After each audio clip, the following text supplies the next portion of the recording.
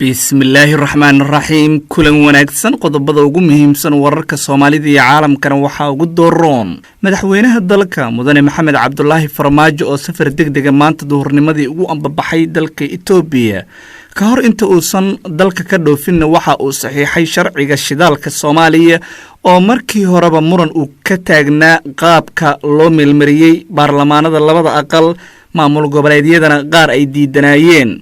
dagaalka ciidamada Jubbaland iyo kuwa dawladda Soomaaliya ku dhex maraya qaybo kamid ah degmada Beled Xaawo cabsidii la qabay muddooyinkii dambe ayaa hadda ugu dambeyn dadku ay walaac ka muujinayaan in dagaalku uu sii xoogaysto xogii ugu dambeeyay xaalka Buula Xaawo oo ka tirsan gobolka Gedo iyo ciidamada ku dagaalamaya ayaan idin haynaa golaha aqalka sare ee baarlamaanka Soomaaliya oo maanta meel mariyay sharciga doorashooyinka qaranka taasoo filla Soomaaliya guul ay ka gaartay damaceedii ku aadanaa sharcigaas sirtii uu bixiyay wasiirka amniga Jubbaland Cabdirashiid Janan qaabku ku soo baxsaday fasiraad kala duwan ayaa laga bixiyay muxuu u qariyay mas'uuliyiinta dawladda ee ka caawiyay fakashadiisii xabsiga Muqdisho iyo meeshii lagu xiray uu shaaciyay siyaasiga Cabdiraxmaan Cabdishakuur Warsame oo afka furtay kana hadlay arrimo xasaasiya 3 sano guurada madaxweyne Farmaajo xukunka uu hayo iyo ballanqaadyadii uu sameeyay ayuu mid Cabdiraxmaan Cabdishakuur u dul istaagay Cabdiraxmaan Faroolana waxa uu cadeeyay dawladda Soomaaliya waxay kula dagaashan tahay maamulka Puntland iyadoo fariin uu u diray dadka reer Puntland qodobka dibaddana waxa ugu dooroon dawladaha Japan iyo Ingiriiska oo heshiis ganacsi kala saxiixday u diyaar garooba qodobadaas oo faahfaahsan hadduu Ilaahay raalli ka noqdo taariikhdu waxay ku beegan tahay 8 bisha Febraayo 2020 warkii oo dhan madaxweynaha Jamhuuriyadda Federaalka ee Soomaaliya Maxamed Cabdullaahi Farmaajo ayaa maanta duhurnimadii diyaarad waxay ka qaaday magaalada Muqdisho sida uu kala soon yahay ay noo xaqiijiyeen madaxtooyada xubno ka shaqeeyay waxay sheegeen in madaxweynaha dalka uu u ambabaxay magaalada Addis Ababa ee caasimadda waddanka Itoobiya ujeedka madaxweynaha ee Addis si faahfaahsan looma sheegin balse waxa ay tilmaameen howlwadeennada ka shaqeeya filla Soomaaliya inuu la kulmi doono ra'iisul wasaaraha dalka Itoobiya Abiy Ahmed Cali waxay sheegeen in madaxweynaha ay xaqiijin karaan kaliya safarkiisa maanta uu ugu ambabaxay dalka Itoobiya balse aysan xog kale dadka warfidiyeenka aysan siin karin ma jirto war ka soo baxay madaxtooyada Soomaaliya oo lagu faahfaahiyay ujeedka dhabta ah ee madaxweyne Farmaajo ugu ambabaxay dalka Itoobiya waxaana wararka qaar ay sheegayaan in arrimaha diblomaasiyadda la xiriirta iyo dhaqangelinta heshiis hore Itoobiya iyo Soomaaliya u saxiixdeen hadda in la gudagala la rabo maanta waxa 3 sano ay u buuxsantay madaxweyne Farmaajo inta uu xukunka hayo mana jirin munaasabad la qabtay oo arintaas lagu maamuusay marka laga soo tago in ra'iisul wasaaraha Soomaaliya Mudane Xasan Cali Kheyre uu u tagay sida la sheegay madaxweynaha dalka ka hor inta uusan maanta ka dhoofin magaalada Muqdisho dhinaca kale madaxweynaha Jamhuuriyadda Federaalka ee Soomaaliya Maxamed Cabdullaahi Farmaajo ayaa maanta oo sabti ahayd saxiixay sharciga batroolka dalka kadib markii labada aqal ee baarlamaanka Jamhuuriyaddu ay soo dhameystireen hannaankii sharciga ee kaga aadanaa dhaqangalkiisa ka hor inta uusan u dhoofin dalka Itoobiya ayaa madaxweynaha waxa uu saxiixay sharcigan isagoo tilmaamay in muhiimadda uu shacabka iyo dawladnimada Soomaaliyeed u leeyahay sharcigan oo hagaya xuquuqda muwaadiniinteena ay u leeyihiin in looga faa'iideysto kheyraadka ceegaaga ee dhulkeena isaga oo xendaab u noqonaya kana ilaalinaya takrifalka damaca shisheeye iyo musuqmaasuqa sidoo kale meelmarinta sharciga batroolka Jamhuuriyadda Federaalka Soomaaliya waxa ay maalgashadayaasha caalamiga ah u muujinaysaa sida ay uga go'an tahay dawladda iyo shacabka Soomaaliyeed kamira dhalinta higsigooda ku aadan xasiloonida dalka iyo in wadajir ay ugu talaabaan guuga barwaaqa sooranka iyo horumarka madaxweyne Maxamed Cabdullaahi Farmaajo ayaa guddoonka labada aqal ee baarlamaanka Federaalka Soomaaliya golaha xukuumadda xildhibaanada iyo dhammaan khubradii Soomaaliyeed ee qaybta ka qaatay uga mahadceliyay dadaalka ay geliyeen sharcigan dhaxal reebka ah sharciga batroolka ee uu meel mariyay madaxweynaha Jamhuuriyadda Soomaaliya maantana saxiixay ayaa waxa uu ku salaysan yahay sharciyadii batroolka iyo waliba macdanta dalka dastuurka iyo heshiiska lahaanshaha maamulka iyo wadaagga kheyraadka dabiiciga ah ee lagu saxiixay magaalada Baydhabo dad badan ayaana waxay ka digayaan in arrimo siyaasadeed loo adeegsado arrintan taas oo horeba ay u diideen maamul goboleedyada dalka ka jira badankood sharcigan oo ay ku tilmaameen in la duudsiiyay xaqii ay maamul goboleedyada ku dhex lahaayeen fikrad ahaan inay ka dhiibtaan sharcigan sidaasoo kale siyaasiyiinta mucaaradka ku ah dawladda federaalka ayaa iyaguna waxay muujiyeen in arrintani ay culays ballaaran leedahay haddii aan sidii loogu talagalay loo gudagelin haddaba iyadoo maanta ay u buuxsantay madaxweyne Farmaajo xukunka 3 sano ee wadanka uu hogaaminayo ayaa haddana hogaamiyaha xisbiga wadajir Cabdiraxmaan Cabdishakuur Warsame waxa uu ku eedeeyay Soomaaliya inay ku fashilantay waxyaabihii loo idmaday shirjirayd uu ku qabtay magaalada Muqdisho. Cabdiraxmaan Cabdishakuur ayuuna arrimahaas kaga hadlay. wuxuu ku eedeeyay madaxweynaha dalka mudane Maxamed Cabdullaahi Farmaajo in 3 sano ee xukunka uu hayay ay waxyaabo badan ballanqaadkiisa ka mid ahayd uusan waxba ka qaban, sida arrimaha bulshada, amniga iyo xiriirka maamul goboleedyada dalka. taas beddelkeeda waxa uu sheegay in ay qaladaad badan dhaceen, dhismaha ciidamo qaran oo hanta amniga guud ee dalka, amisoomna kala wareega meelaha ay Soomaaliya joogaan. waxa ay qayb ka ahayd iyadadiiladii uu doonayay madaxweyne Farmaajo xukunkana uu ku soo koray. waxa uu Cabdiraxmaan Cabdishakuur 3 sano ee la soo dhaafay xukuumadda Soomaaliya ku sheegay mid ku fashilantay qodobo dhowr ah oo ay ku jiraan wada hadallo dhab ah oo aan lala gelin Somaliland, taas oo caqabad ku ah midnimada dalka. siyaasadda arrimo dibadeedka ayuu sheegay mid aan waxba ka hirgelin, waxaana ay ka dhammaan weyday sida uu ku sheegay shir 3 geesooda uu Itoobiya iyo Eritrea madaxweyne Farmaajo la galay. dhamaystirka dastuurka oo aas u ahaa dowladnimada ayaana la guda gelin. qorshaha amni ee dowladda federaalka iyo maamul goboleedyada oo iska kaashada sidii al-shabaab looga xoreyn lahaa guud ahaan dalka ayaa qayb ka ahayd qodobada uu ku sheegay Cabdiraxmaan Cabdishakuur inay dowladda madaxweyne Farmaajo ku fashilantay. dowladda ma samaynin dib u heshiisiin guud oo dalka ka hirgasha sida uu sheegay siyaasiga, isagoona ugu dambeyntii sheegay in ciidamada dowladdu ay u daabushay deegaano ka tirsan gobolka Gado loogu danaynayo ururka al-shabaab sida warka uu yiri. waa hagaag qaybaha dhexe ayaan isla soo gaarnay warbaahinta wararka maanta. markan wararka naga soo gaaraya magaalada Buulaxaawo ee gobolka Gado ayaa waxay sheegayeen in maanta halkaas dagaal uu ku dhexmaray ciidamo ka tirsan kuwa Jubbaland iyo kuwa dowladda federaalka ee Soomaaliya. ciidanka Jubbaland iyo kuwa dowladda ayaana isku horimaad la isku adeegsaday hubka kala duwan. waxa la sheegay inuu ku dhexmaray bartanka magaalada Beled Xaawo ee gobolka Gado. muddooyinkii dambe waxa laga digayay dagaal dhexmara ciidamada dowladda ee halkaas la geeyay iyo waliba kuwa Jubbaland ee halkaas hore ugu sugnaa. ciidanka Jubbaland ayaa waxaa hogaaminayay wasiirka amniga ee maamulkaasi Cabdirashiid Janan iyo madaxweyne ku-xigeenka koobaad ee dowlad goboleedka Jubbaland Maxamuud Sayid Aadan, halka kuwa dowladana ay hogaaminayeen saraakiil kala duwan. waxaana halkaas sidoo kale ku sugan kusimaha gudoomiyaha gobolka Gado Cismaan Nuur Xaji Macalimo. qaar ka mid ah dadka deegaanka waxay sheegeen in cabsida ay sii korortay isla markaana ay ka baqanayaan in dagaalku sii xoogeysto maadaama labada dhinac ay gurmadyo kala helayaan.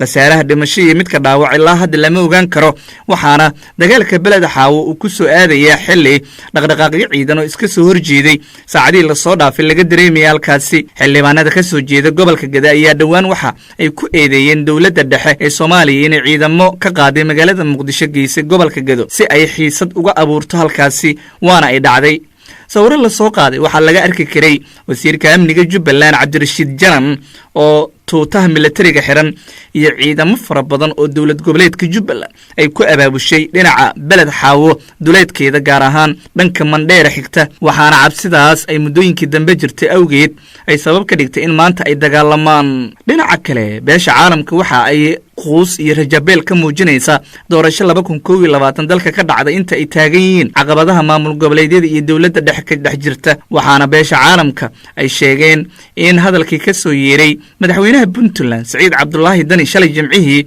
ay ka dhigan tahay in xaaladdu aysan wanaagsanayn. deeqbixiyaasha caalamka ee Soomaaliya taageera waxay xuseen inay dareemayaan in dhaqaalihii canshuurihii ay dalkooda ka keeneen in god lagu sii gurayo maadaama aanan loogu shaqaynin wax horumara sida warka ay u dhigeen. waxaan u baahannahay arrimaha cakiran in laga baxo isla markaana dowladda dhexe iyo maamul goboleedyada ay heshiiyaan. golayaasha kala duwan ee dowladda waxaa looga baahan yahay inay doorkooda qaataan isla markaana ay shuruuc masiiri ah soo dejiyaan si khilaafaadka soo laabtay meel looga soo wada jeesta ayaa la yiri. Cabdiraxmaan Faroole oo isagu senator ka tirsan baarlamaanka Soomaaliya ayaa waxa uu ku eedeeyay dowladda federaalka ee Soomaaliya mid dhabarjibin ku haysa maamulka Puntland. xiisada ka dhex jirta Puntland iyo waliba dowladda federaalka ayaa waxa dabka ku sii shiday senator Cabdiraxmaan Sheekh Maxamed Faroole oo ka tirsan aqalka sare ee baarlamaanka Soomaaliya. madaxweynihii hore ee Puntland Cabdiraxmaan Faroole ayaa ku eedeeyay dowladda federaalka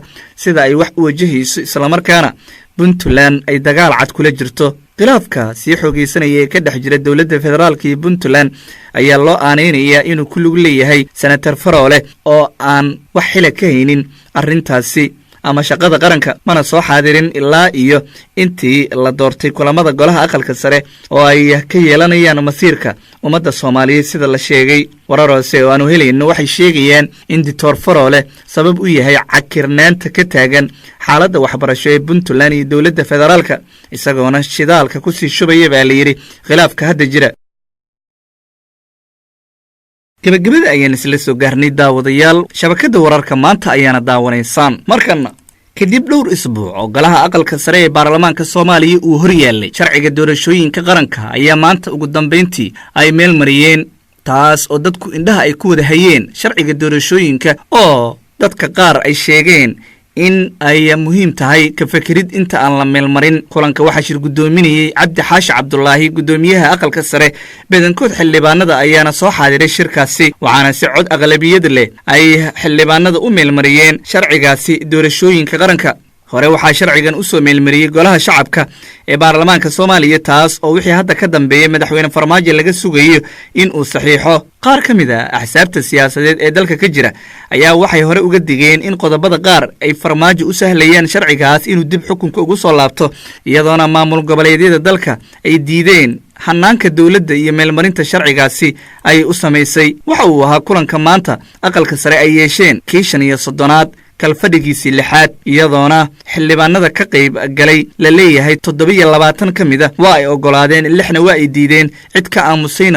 aamustayna ma jirin warbixinta aqrinta saddexaad ee hindisa sharciyeedka doorashooyinka qaranka heer federaal ayaana uu ahaa ajendaha kulanka cabdi xaashi iyo labadiisa ku-xigeen ayaana kulanka ku wada sugnaa taas oo 33 senatar oo xaadiray ay 6 diideen 27na ay ogolaadeen qodobka dibadda intaanu aadin daawadayaal aan ka hormariyo 3 arrin ayaa laga bartay sida la sheegay baxsashadii uu sameeyey wasiirkii amniga Jubbaland Cabdirashiid Xasan Cabdinuur Janan 10 cisho ka hor 28kii bishii hore ayaa ahayd markii uu Cabdirashiid Janan ka soo baxsaday xabsi dowladda gacanta ay ku haysay magaalada Muqdisho iyadoona kadib doon laga saaray xeebaha gobolka Banaadir iyadoona maalintii Jimcaha ahayd uu ka degay waa jimcihii shalay jimcaheedii dekada magaalada Kismaayo labadii isbuuc ee la soo dhaafay aad ayaa loo hadalhayay arrintan iyadoona dib u gacan gelinta dowladda federaalka qorshooyin lagu jiro Cabdirashiid Janan ay weli socdaan dad badan waxay su'aalo ka keeneen sida ay ku dhacday soo baxsashada Cabdirashiid Janan xabsi la ima geynin ayuu yiri sida uu horeyba sargaal ka tirsan ciidamada asluubta Soomaaliya bulshada ugu cadeeyay aniga xabsi la ima geynin waxaa markii garoonka diyaaradaha ee Muqdisho laga qabtay niman booliis ah oo labisan iyo niman dharcad ah ayaa isla socday mid ka mid ah dharcadka ayaana amrayay ciidanka Cabdirashiid Janan waxa uu sheegay in xaafado caadi ah lagu hayay intii uu ku jiray gacanta ciidamada dawladda Janan ayaa ka hadlay qaabkii loola dhaqmay intii uu gacanta ugu jiray dawladda federaalka ciidankeeda aniga iyo niman askar ah oo dhowr iyo 10 ah ayaa isla joogay xaafado ayaa dad shacab ah ay dhisteen si gaar ah ayaana lagu hayay halkaas ayaana nalagu xabisay runtii askarta gacanta igu haysay wax xumaan ah oo ka baxsan amarada la siinayay oo ay ii geysteen ma jirin laakiin waxa jirtay xumaan fara badan oo amaro askartaas loo siiyay oo ah in ay ku qasbanaayeen inay fuliyaan Cabdirashiid Janan ayaa dhanka kale faahfaahiyay sababihii loo sheegay in loo xiray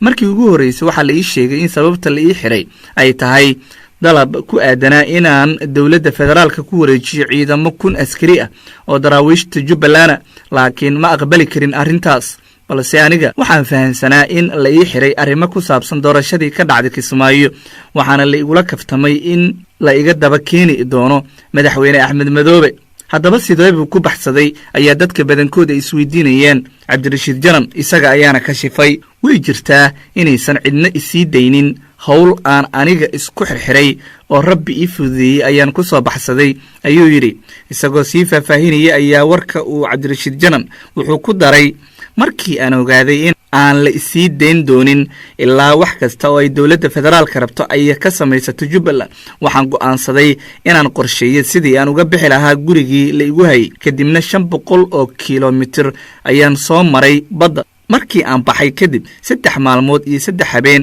ayaan joogay Muqdisho. waxaana ii suurta gashay inaan xilli maalinimo ah soo raacay doonta waxaa ii waday niman Soomaaliyeed oo iyaga iska leh cidna ima soo raacin oo keligay baan ahaa. Janan ayaa ka gaabsaday inuu si cad u sheego magacyada dadkii garabka ku siiyey inuu soo baxsado. Wuxuu si kooban u sheegay in mas'uuliyiin ka tirsan dawladda federaalka Soomaaliya gacan ku siiyeen baxsashadiisa. Dadaalka ku saabsan dib u soo qabashada Cabdirashiid Janan ayaa waxa uu yiri hadda dawladda federaalka iyada markii hore xirtay bal hadda ha isku daydo ayuu si kaftan ah ku yiri. Cabdirashiid Janan ayaa dabayaaqadii bishii Agoosto 2019 xabsi loo taxaabay 5 bil gudaheedna waa uu soo baxday dhamaadkii bishii hore ee Janaayo. waa hagaag markana daawadayaal waxaan eegaynaa qodobka dibadda. dawladaha Japan iyo waliba Ingiriiska ayaa isku waafaqay heshiisna ku galay in la ballaariyo ganacsiga labada wadan. dhawaan ayaa waxa ay midowga Yurub ka baxday Britain, waxaana kulankan boqortooyada UK ay durba bilaabaysaa baa la yiri in ciidamadeeda qaybta ka ahaa midowga Yurub ay dib kagala soo laabato meelaha ay kaga sugnaayeen howlgallada kala duwan. wasiirka arrimaha dibadda ee dalka Japan Toshimitsu Motegi ayaa waxa uu sheegay isaga oo garabkiisa uu joogay xogayaha arrimaha dibadda Ingiriiska Dominic Raab in ay wadajir uga wada shaqeyn doonaan ballaarinta xiriir ganacsi oo ballaaran. Raab ayaa sheegay in dhankooda ay diyaar u yihiin ilaa 2019 bishii Febraayo sanadkii hore oo hadda sanad laga joogo ayay sheegeen in qorshahan uu soo socday xiriirka ganacsi ee Japan iyo waliba Ingiriiska in la ballaariyo. guud ahaan daawadayaal intaas ayaan ku soo gabagabaynaynaa wararka Soomaalida iyo caalamka. intaan wararkan oo kale dib isku arki doono. amaana Allah.